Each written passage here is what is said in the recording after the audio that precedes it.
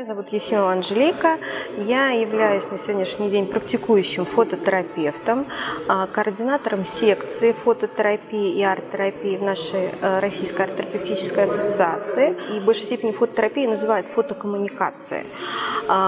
Уникальность фотографии как раз именно в том, что она позволяет легко создавать контакт между клиентом и специалистом, да, и в то же время у фотографии есть такие, ну, как сказать, наверное, преимущества, нежели чем у других проективных методик, в том, что она дает более экологичное погружение человека, ну, в познание себя, в решение каких-то своих проблем, нежели чем любые другие, например, арт-терапевтические техники, такое как рисование или танец, или какие-то более, другие варианты проективных методик, которые существуют.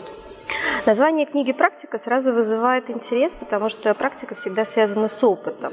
Внимательно изучаю свой семейный архив. Я, например, для себя вижу следующее, что человек начинает познавать себя. Потому что человек, который начинает изучать семейный архив, он начинает немножко думать о внутреннем в своем мире. Травма. Вспоминая время, когда получил травму.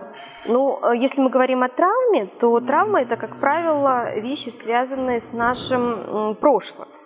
Да? То есть что-то произошло в прошлом, что оставляет свой определенный, жизненный след на нашей, деятельности, нашей жизни, да? И, как правило, то, что вытесняется нами. Ну, если взять подборку фотографий, то это, скорее всего, связано с какой-то учебной деятельностью.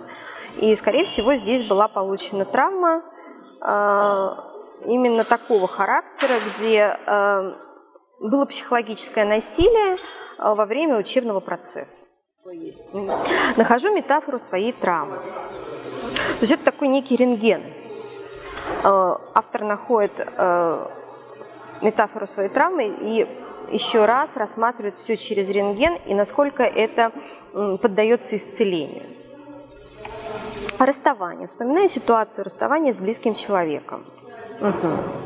Вот, глядя на это, я вижу эмоциональный разрыв.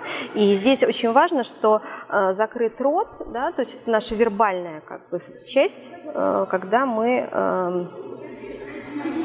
что-то уже погружаем в себя и боимся об этом рассказать.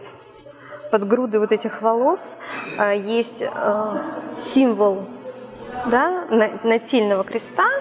И если мы говорим о метафоре, то крест – это всегда тема духовности. Как я сказала, что травма – это всегда вытесненная духовность в человеке. Но духовность такая вещь, что она даже в земле все равно какие-то плоды свои появляются. Поэтому надежда на том, что она вернется и не все потеряно, здесь есть. Идентичность. Ищу свое место. И здесь происходит поиск себя, формирование личности, да? То есть мы не можем закрыть глаза на то, что было, мы можем этот опыт взять и его трансформировать и сделать то, что нужно сейчас. Одиночество. Ищу то, что не могу использовать один. Я думаю, что здесь, скорее всего, поиск второй половины. И, возможно, переживание именно таких партнерских отношений для этого человека очень важно. Повседневность. Ищу путь, который прохожу каждый день. Двери, да, это всегда возможность их открыть. И, собственно говоря, автор нашел некие новые, уже дороги к этим дверям.